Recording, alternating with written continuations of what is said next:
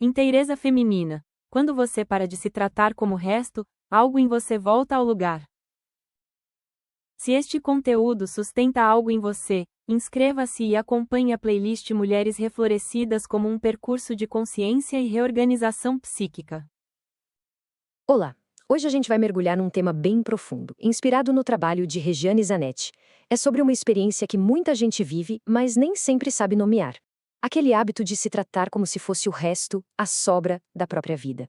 E o ponto de partida é essa frase, que é muito forte, né? Ela fala de uma dor que não se vê, uma dor que não sangra, mas que está ali, presente. É uma dor que muitas vezes se manifesta de outras formas, e é sobre isso que a gente vai conversar.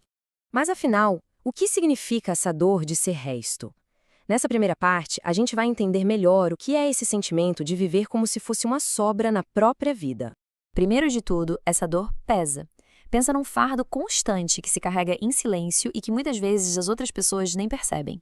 E o que pesa, claro, também cansa. Mas não é um cansaço comum, de um dia de trabalho. É um esgotamento que vai minando a energia vital, sabe? Aquela vontade de viver. E por fim, o resultado de tanto peso e tanto cansaço é que essa dor adoece. Ela se manifesta no corpo, na mente. E o ponto aqui é entender que não se trata de ser resto de tarefas, mas de se tornar resto de si mesmo. E aqui a gente tem a definição exata do que estamos falando. É esse padrão de se colocar em último lugar sempre. É tão consistente que a pessoa, como diz o texto original, literalmente deixa de se habitar. Ela vive para fora e esquece de morar dentro de si. Bom, e essa condição tem um nome. A análise que a gente está seguindo chama isso de desalojamento psíquico. Dar um nome é importante, porque tira essa experiência do campo do é assim mesmo e a coloca no lugar de algo que precisa de atenção. E aqui tem um ponto que é fundamental. Muitas vezes esse comportamento de se anular é confundido com uma virtude. Ah, é humildade, é amor, é maturidade, mas não. O que a análise mostra é que, na verdade, isso é um padrão de autoanulação, um desalojamento de si. Não é força, é um abandono do próprio espaço interno. E esse desalojamento, claro, tem um preço. E é um preço altíssimo. A gente está falando de ansiedade crônica, uma culpa que parece que nunca vai embora, exaustão emocional, uma dificuldade enorme de tomar decisões, até doenças psicossomáticas e uma sensação profunda de vazio. São todos sintomas de quem saiu do próprio centro para tentar sobreviver aos relacionamentos. Mas a boa notícia é que a análise não para no diagnóstico. Existe um ponto de virada, um momento em que a pessoa decide que não dá mais. Vamos entender como essa mudança começa a acontecer. Esse é o gatilho. Chega uma hora que o limite é atingido, o corpo e a alma juntos dão um basta. Continuar naquele padrão se torna simplesmente insustentável. É um grito de dentro para fora, pedindo uma reorganização total. E é muito importante entender que essa virada não é sobre se tornar egoísta. O que se busca não é narcisismo, que vive de aplauso e da opinião dos outros. O que se busca é inteireza. E inteireza precisa de coerência. Coerência entre o que se sente, o que se pensa e o que se faz. Ok, mas como essa jornada acontece na prática?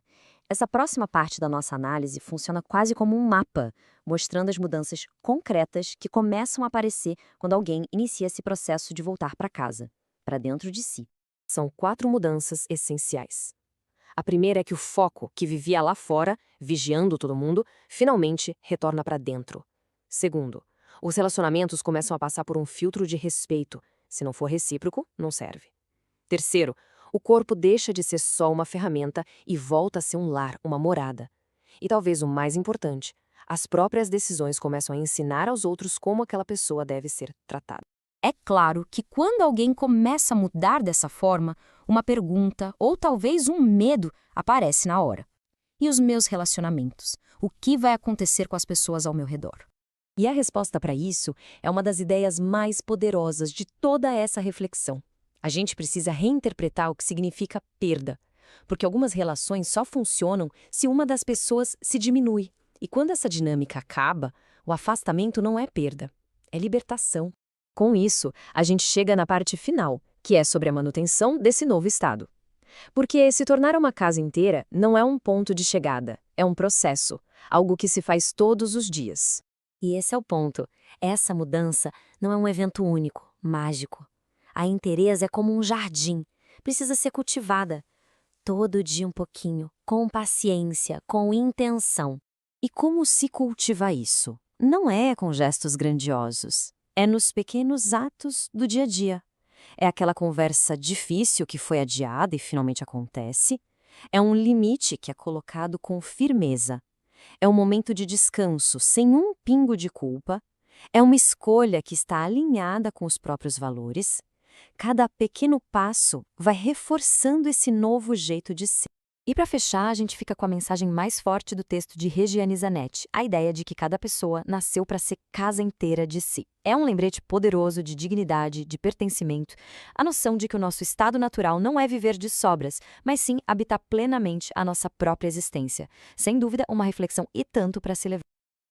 Se em algum ponto deste conteúdo você sentiu o corpo respirar diferente, talvez seja o momento de aprofundar esse cuidado. O e-book de autocuidado está disponível com acesso facilitado, e a terapia permanece como um espaço ético de escuta para quem sentir que é hora de não se abandonar mais. Se este conteúdo fez sentido para você, talvez seja o momento de aprofundar seu autocuidado